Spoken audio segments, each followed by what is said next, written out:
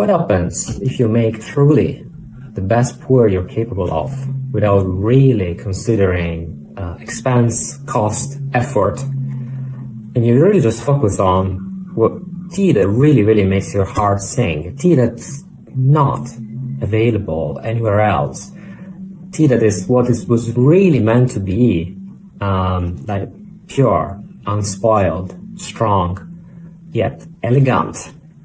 So this is the question I set out to answer with the 2025 benchmark tea series.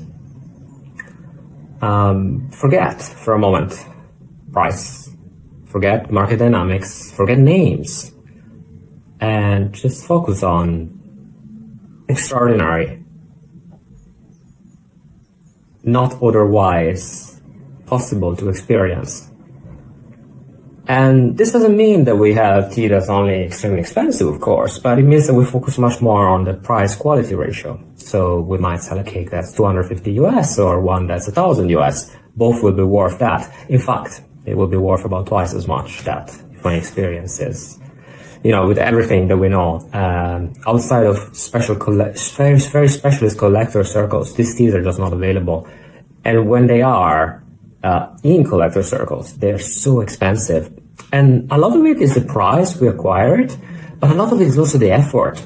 Like, we had to try hundreds of teas, and these were like very pre-selected already.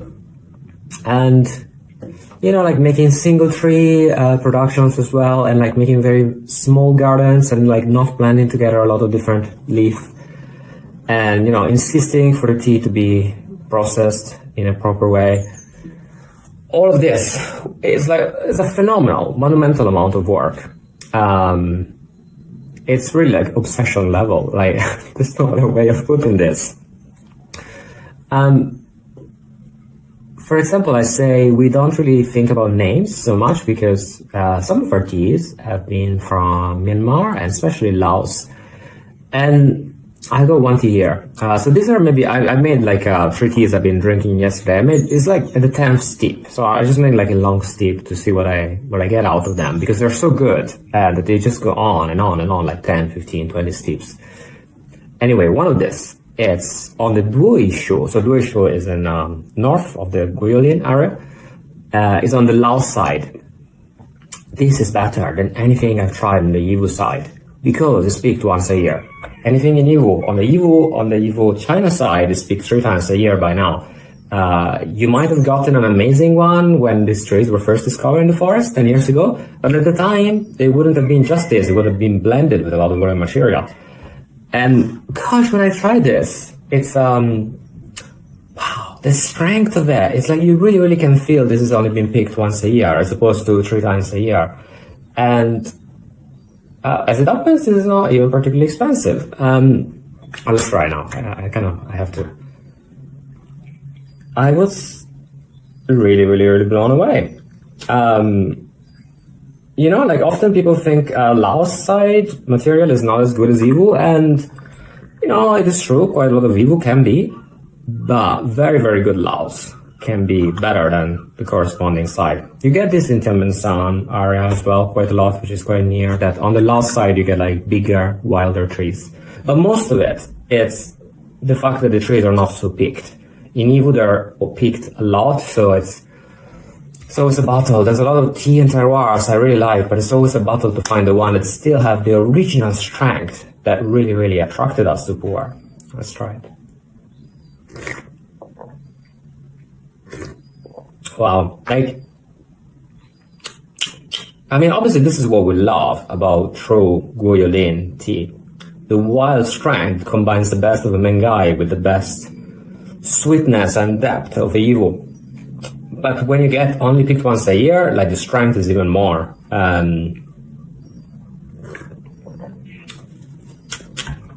Bitter, exploding taste. This is infusion number 10, and I've only kept it there for like 2 minutes. Bitter, exploding taste, aftertaste everywhere. Very, very sweet immediately. Very strong power. This is not only excellent for aging because of the bitterness and the power, but also will keep really, really well. Will do really, really well drinking right now. I love it. I've very, very rarely tried tea of this strength and quality in the Guayolin. And yeah, this was in Laos. So this is what I mean by we don't care so much about the names. But sometimes the name is important. This is Midi. So Midi is in Puerh, Simao. It's one of the original tea tribute areas. Kulusan nearby might be. Some people say it's more for Newting, but Midi certainly was. And so we done a single ancient treaty from Midi. This is ridiculous. Like, you never see this out of really, really fancy collector circles. And even then, like, the authenticity is very hard to verify. You might find like an ancient tree, but single big ancient tree from Midi, forget about it. And there is a good reason. This is Imperial Tribute tea. It's the smoothness when you drink it is like, it's very, very big and bold, and yet it's like aftertaste is everywhere from here to there. Wow. Again, infusion number 10, still quite strong, still it's got some bitterness, but it melts away immediately.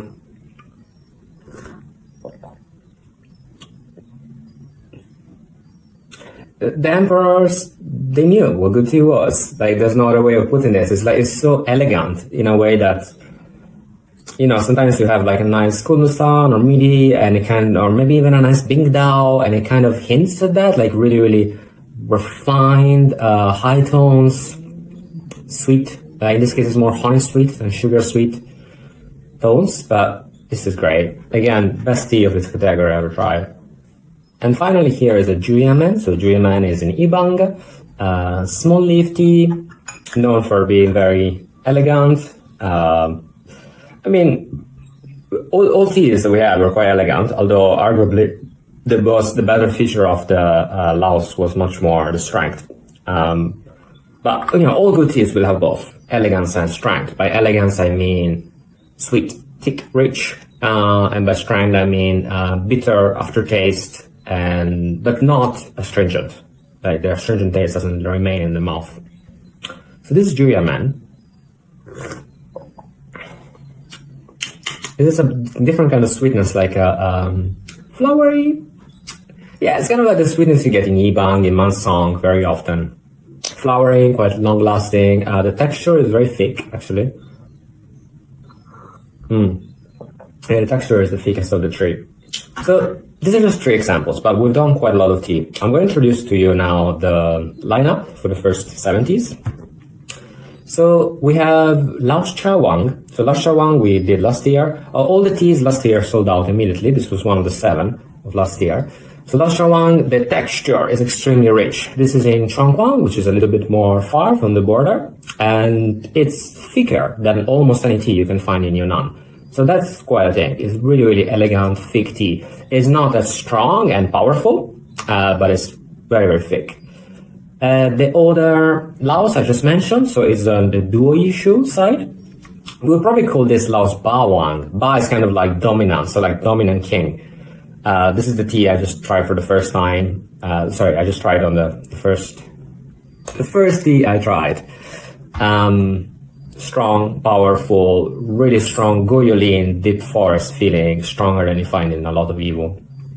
Then we have Lontanching. So Lontanching is in Yivu proper, just south of the Goyolin.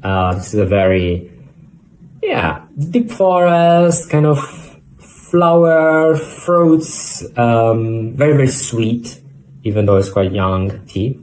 Again, one of the teas of last year that sold out immediately.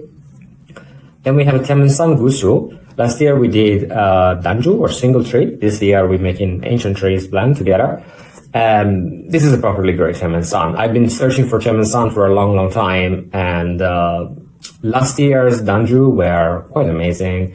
This, as a Gushu, is also the best ancient trees together I've ever tried of Temensang. It's really powerful, strong, quite similar to what I was saying about the Laos, the first Laos Bawang, but a little bit more on the kind of refined and perhaps even a little bit more bitter side.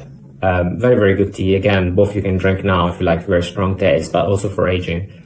Then we get what I call Beyond Yivu. So this is in Phongsali, Laos.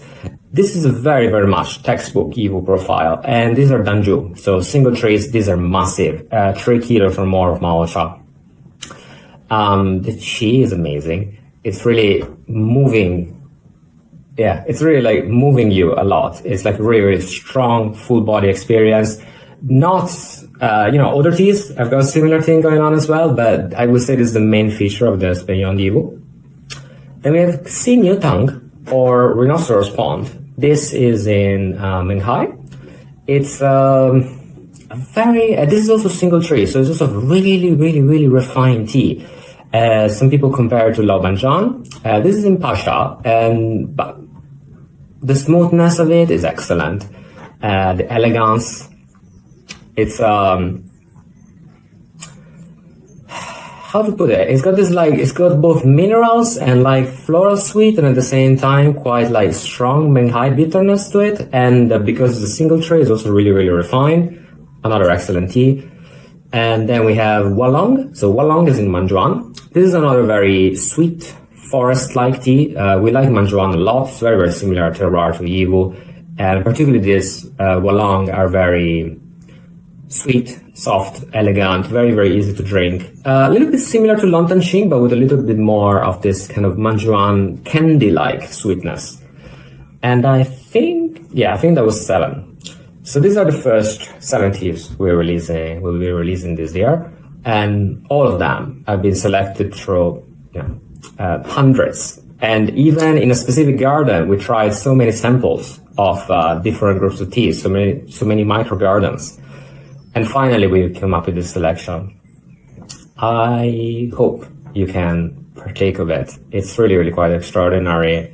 I feel very, very blessed to be able to share teas like this. When you drink them, you really get the idea that this what was Puerh was meant to be all along.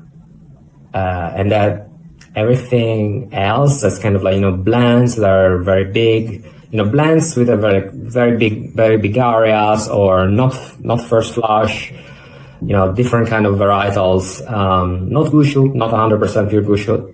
Those are all kind of imitations, while this is really, really the real thing.